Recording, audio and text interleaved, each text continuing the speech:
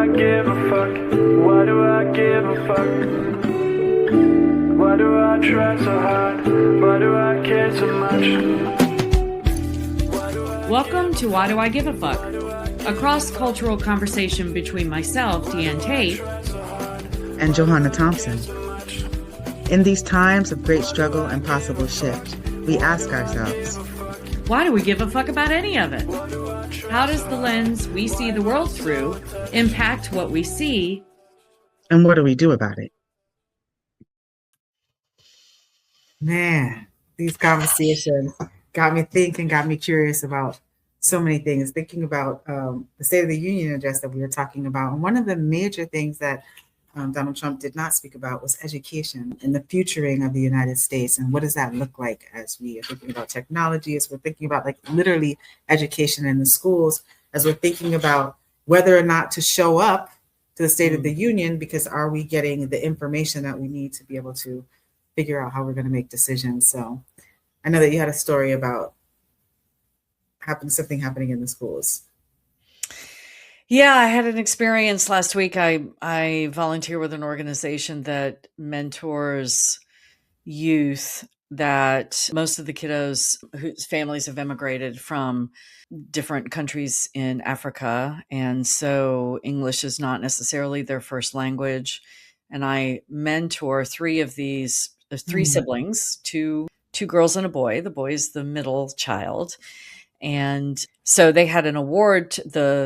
The middle and youngest child go to the same school, and they had an award ceremony last week, and they were going to be receiving some awards, and the parents weren't able to attend for work reasons. So I went, and it was my first time at the school and my first time seeing kind of the dynamics and the setup of the school, and got to watch the kiddos get their awards. But before they started giving out the awards, there was a gentleman that got up. He didn't introduce himself. I guess he just assumed everybody knew who he was. I'm guessing maybe he was the vice principal. He wasn't the principal because I met her later.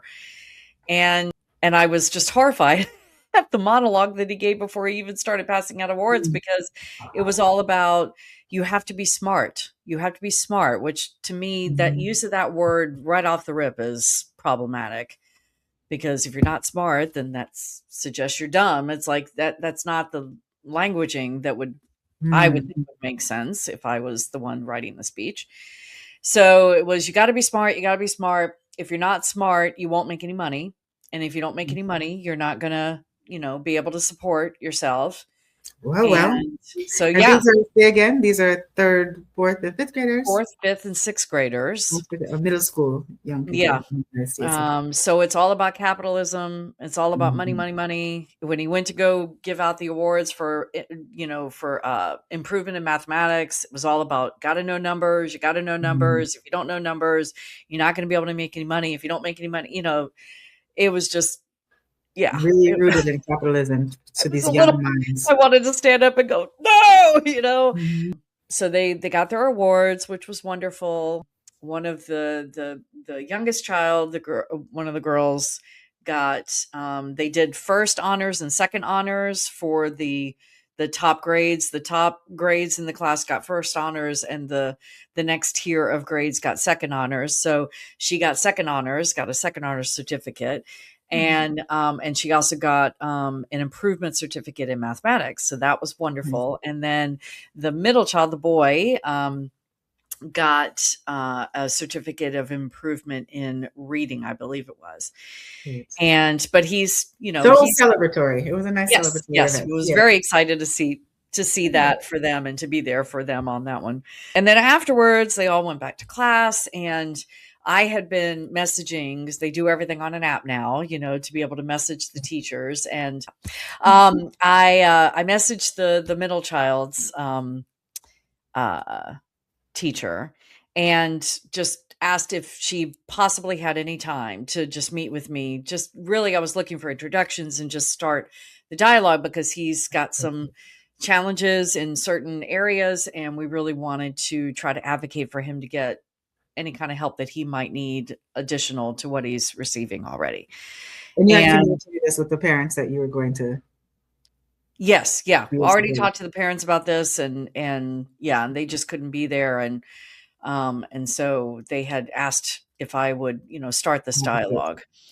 Which is good And community building. I brought that up to say, like, when certain community members can't be at these conferences, if you have a community of support to help, it's also very productive. yes, yeah. And there are language barriers for them. They speak Swahili and French, the parents do. And Mm. so hoping to help bridge that gap for them a little bit. I don't speak Swahili or French, Mm. but the executive director of this organization speaks French because he was a refugee from the Congo. So we've got this rhythm of Lovely telephone communication. going, to try to get messages through. And so I Mm. was tasked with trying to start a dialogue with this teacher and try to see if we can get some additional help for this child. So I did talk with her. She, first of all, I don't think she is his regular teacher because Mhm. she's like, I don't know who you're talking about. And she had to go find his file to kind of remind herself who we were talking about. And then I had mentioned that he had expressed that he had some issues with being teased in the classroom. If he raised his hand and gave a wrong answer, that he would get teased, and that he seemed to have issues with getting things done in the time allotted in class, and worksheets and things like that. So I Mhm. was talking to her a little bit about that. I don't remember who brought up the B word, bullying. I don't remember if it was me or her. And then the principal was there. They were dealing with a child who had not received an award, and Mhm. and remember, these are fourth, fifth, and sixth graders, had Mhm. not received an award, and was very upset about it. So And 9 through 11 age group, typically in the yeah, United yeah, States. he was, Mhm. he was sad that he Your didn't get age, an yeah. award, and he was crying. And so Mhm. the white teacher, all of the teachers that I saw were white, and all of the students were black and brown. I did not see any white faces in the student body that I saw, the classes that I saw. And so the white teacher comes storming down the hallway, and she declares to the security guard that she needs to get back to class and she doesn't have time to deal with this. And he's down there crying. And Mr. So and so, you just need to deal with this. She throws it onto the security guard and she marches Mhm. off to go back to her class. And I see the student come down the hallway, and he's, doing that sobbing kind of thing, when you've been crying for a little bit, and the security guard is barking at him, "Why are you crying? Why are you crying?" And I'm just like, I'm watching this all unfold, Yeah. just cringing. No I just care and consideration, just looks like a wanted little mini no care and juvenile hall consideration. for the young Just people. Mm. yeah, just Mhm. just and further humiliating him in the hallway. "Why are you crying? Why are you crying? You don't need to be Yeah. crying. There's nothing to be crying about," and he didn't And say, you don't "Boys even don't know this cry," but he child's came circumstance. You close. don't know if he's gonna get in trouble when he gets home because he didn't get an Right, award. You have right. no idea what the No circumstances. idea. And If you the just child walk is out coming of an from an African awards. background, there's like a very high standard of like what your educational Yeah, goals should be. So, yeah, yeah. So the teacher wants to introduce me to the principal, so she takes me up, and finally the principal, finishes doing what she's doing, and she turns, and the teacher introduces her to me and says that I'm there to speak about this particular student. And I don't know if the principal knew who we were talking about, but the teacher said, he says he's being bullied. That's the first thing that she leads with. It's mhm. not the thing that I would have started out the gate with. I Yes, would have sir. tried to relationship build with the principal and establish trust and, all of that. So the principal looks at the teacher and says, "Well, has he reported any bullying?" And the teacher said, "I don't think so." And the principal, still only talking to the teacher, hasn't really even looked at me except to say hello. Looking at the teacher and saying, "Well, if he hasn't reported anything, there's nothing we can do about it." And then she just Mhm. kind of turned and basically dismissed us and walked away. Mhm. And I was livid. I walked out of Mhm. that school, and my first thought was all the things. It was just a completely messed up situation. That's not the language Yeah. I used. And that, and you pointed out to me that actually it's operating exactly as it's supposed to, which you are Yeah. so right. So that was Because the storytelling. some of my storytelling about the U.S. education. So, for those who don't know, I do have two young people that went through U.S. education to a period of time. So, by the time my first young person went through a number of different schools, like an international baccalaureate program, and then a Catholic education, and then kind Mhm. of creative music art school and graduated and went on to university. My second young person followed in her sister's footsteps. However, getting to 8th grade, she was removed from the educational system completely and altogether by me. And that's just because the educational content was too harm. I watched the impact on my older daughter and her self-confidence and esteem be diminished by the way that education was happening. And then for me, education was really more of an experience of bringing forth and allowing young people's minds to be expanded rather than limited. And that's because I went to like very private institutions that just did education a little bit differently. Like I started out with at a Catholic school, but it was, progressive Sacred Heart, Sisters of the Sacred Heart. So they had a very progressive, very feminist ideology in education. And then I went to an independent private school, blah, blah, blah. So my experience with the educational system was less limited, being able to compare my educational experience and also being a teacher in the classroom for a period of time and see, and in the South, like going from the West Coast and then the East Coast, which is super progressive, to then being in the classrooms in the South and seeing a clear and distinct difference between how young people are educated, and especially depending on what access and economic wealth you have in your different zip codes. And so what it sounds like is similar to what you were talking about. I recognize that in specific demographics and zip codes, the breeding ground of the educational experience is very representative of being imprisoned in some way, shape, or form.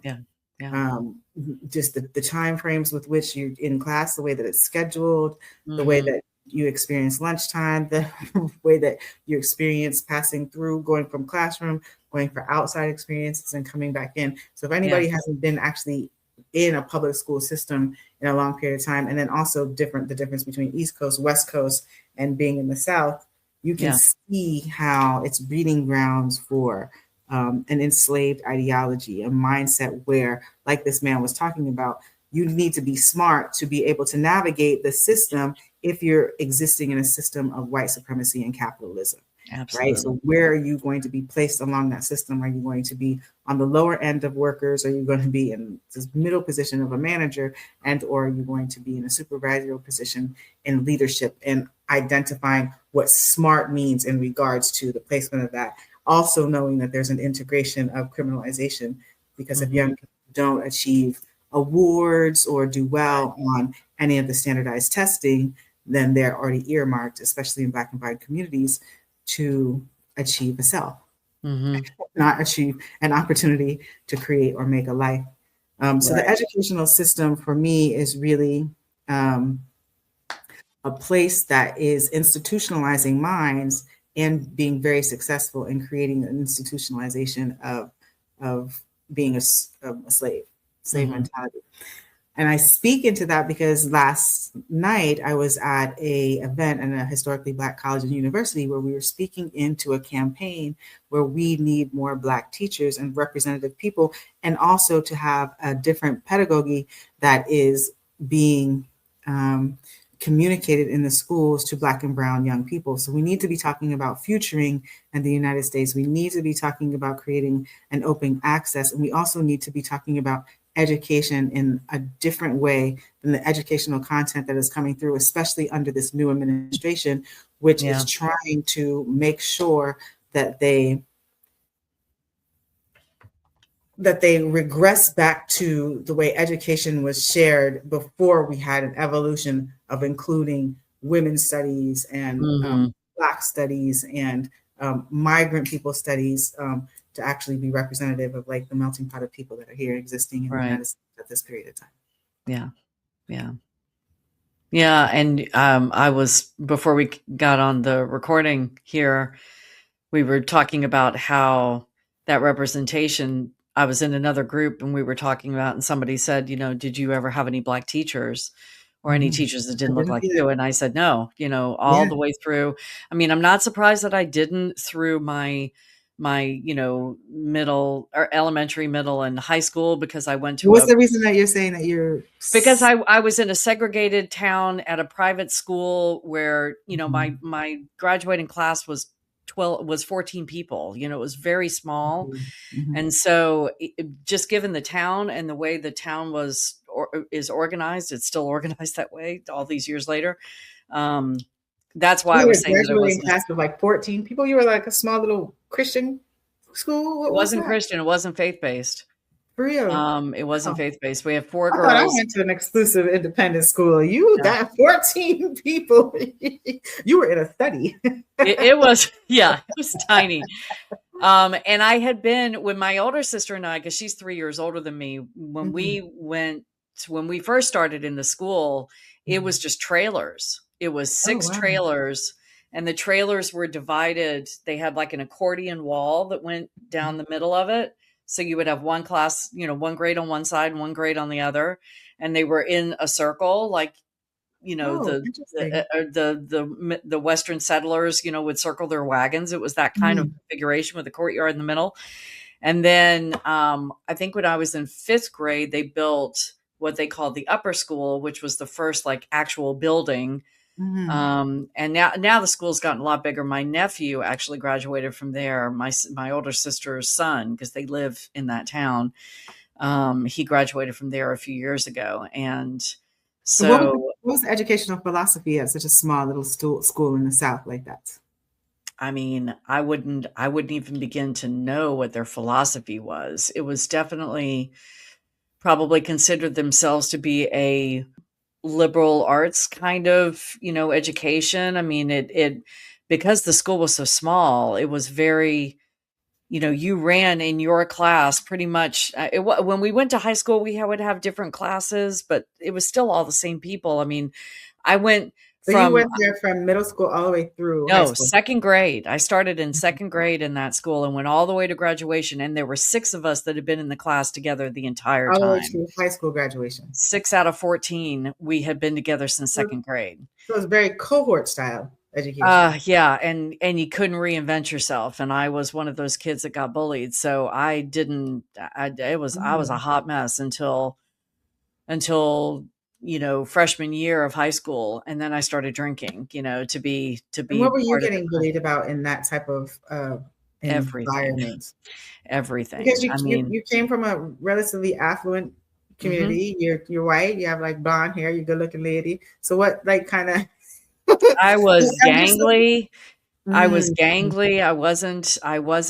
I didn't have, I mean, I have grown into myself in terms of my looks, my appearance. I was picked on there were 3 girls in the class that were, the top dogs. And it wasn't hard to be the top dog in a class that Right. small. The And you two- couldn't get away from anybody, and once you get labeled as the target, that target's on your back and then people would leave and new people would come in and then they would get grabbed, by the Right. popular They would kids find and said, the culture. "Oh, we don't like her, so don't talk to her." And so it was just perpetual over and over. And I didn't have any self-confidence. I didn't have any self-esteem and was just awkward. My frugly stage lasted a lot longer than a lot of other kids did. And my older sister wasn't, she didn't really, we weren't friends until I got out of college.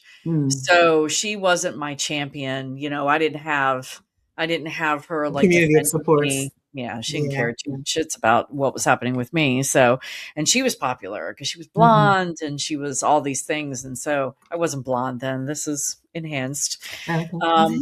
So yeah, I mean, the bullying was intense, and I didn't until I started drinking and became the life of the party. I didn't, and I was bullied by my teachers too. I mean, I was telling this young person that I am mentoring when he was talking about getting picked on by the students. I said, I had that experience, but it was my teacher. Yeah. It was 7th or 8th grade, which is awkward as hell anyway. Right. And we're in math class and we were working on long division and he wanted us to keep a lot of the numbers in our heads. He didn't want us to do, sometimes when you're doing long division with lots of numbers in the problem, that Absolutely. it could be really long Gotta be before you're now. done with it. Right. Yeah. He wanted us to keep a lot of those numbers in our heads and not write absolutely everything out. Well, I couldn't do that. I had dyslexia. I would flip things around. I couldn't do that. I had to write everything down. So I was doing it the only way I knew how to do it to get successfully to the answer. And he was walking around the classroom and looking over everybody's shoulder. And he came up to me and he looked at what I was doing and he said, "What are you doing?" And I said, "I'm doing long division." I said, "I can't keep the numbers in my head. I have to write them down." And he's like, "What are you, stupid?" In front of the whole class, which I already was labeled as the stupid kid and I was a B and C student. And so, yeah, yes, I had lots of privilege, but in that microcosm, in that community, in that ecosystem, I was at the bottom of the heap. So Yeah.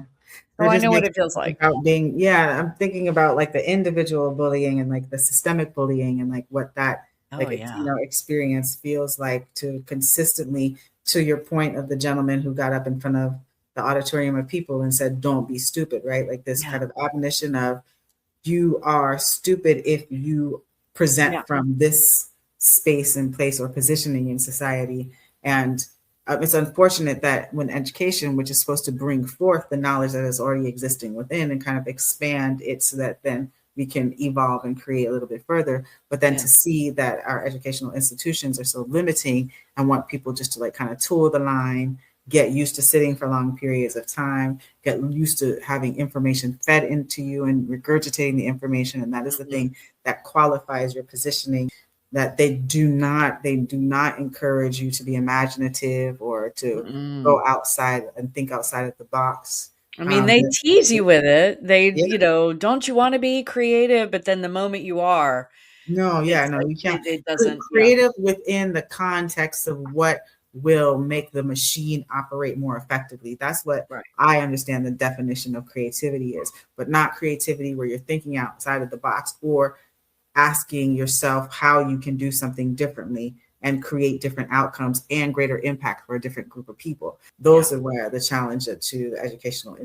institutionalization happens, which is why I said, let me take my young person out and see what happens.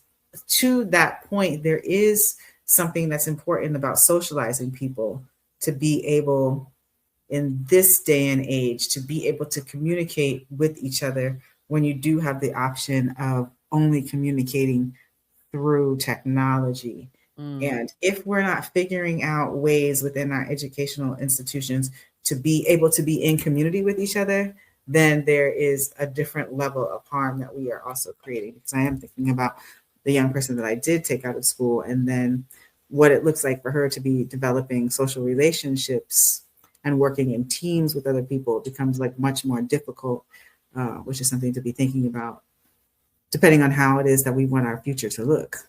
Yeah.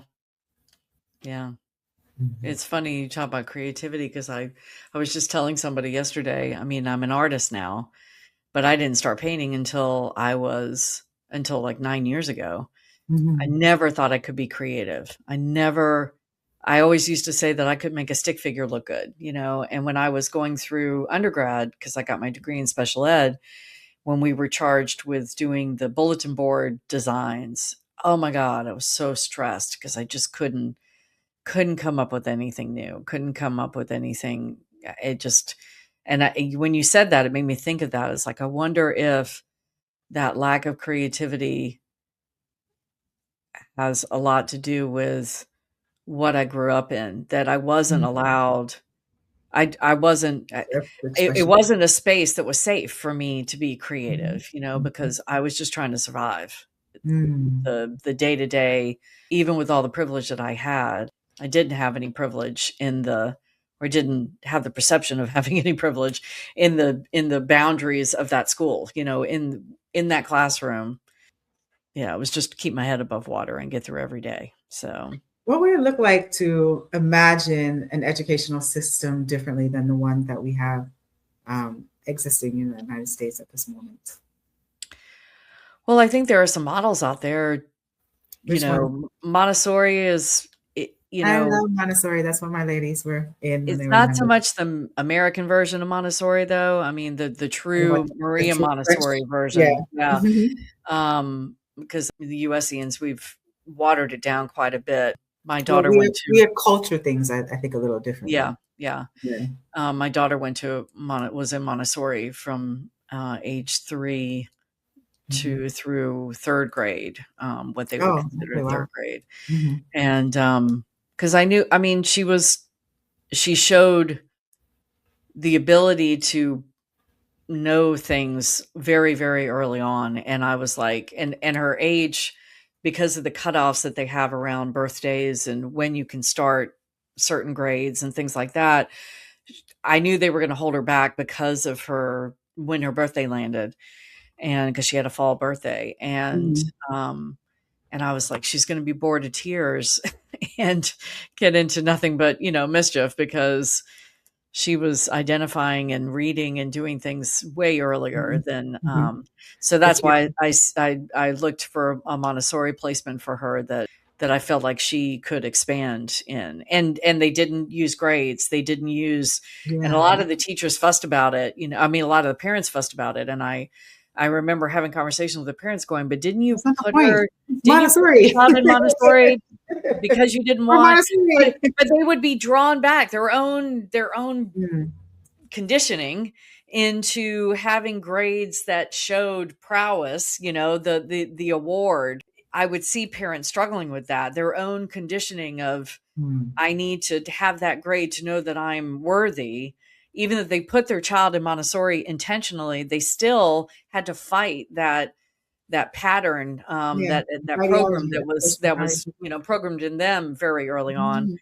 Mhm. But I was glad that she didn't go to typical school Mhm. until, more traditional school, until fourth grade. And I was really glad that she didn't have grades up until that point, because she struggled with, I want the grade, I want the grade, I want the Right. grade. Um, All the young people get into that. right. But it was easier for me to help her understand that it wasn't just about the grade, it was how you got there, because she Mhm. had been in a grade less environment for so many years. It really Mhm.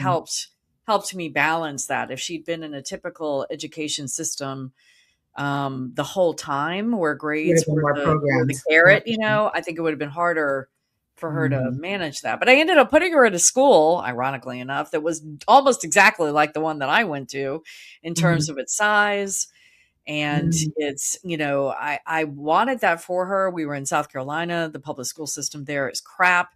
And I wanted her to have a little bit better. But I mean, when I went for the tour, I walked into the gym and it smelled the same. It Mm. looked the same. It felt the same as the experience that I had. And there was a part of me that was like, I don't want to do that to her, because she Mm. struggled with the same thing I did. She was bullied. She never Okay. could reinvent herself. New students would come in and she would maybe get a whisper of maybe she could make a friend. And then, the kids that had already labeled her as X, Y, and Z, she struggled with her weight. So that Right. was that was the that was the end that they had for bullying her. And even when she lost weight when she was 16, they still treated her like she was the heaviest kid in the class, and Mhm. bullied her about it. So, you Mm. know, it's Definitely, funny yeah. that I ended up recreating that experience for her in choosing to do that instead of putting her into a larger school environment, which might have been a better fit for her. I don't know, but Yeah, easy. we never know. I mean, parenting is a hard thing to figure out, but what's important is to be able to reflect on those things and then just also try to support your young people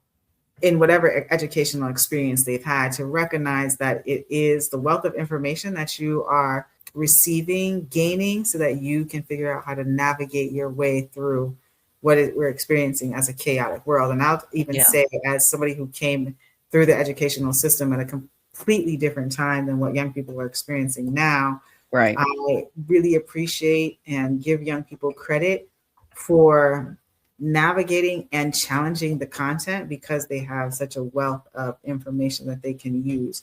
And I Please challenge the content. really, really, Dear no, God, please. And no, for yeah, any parents listening out there, encourage your children to challenge the content.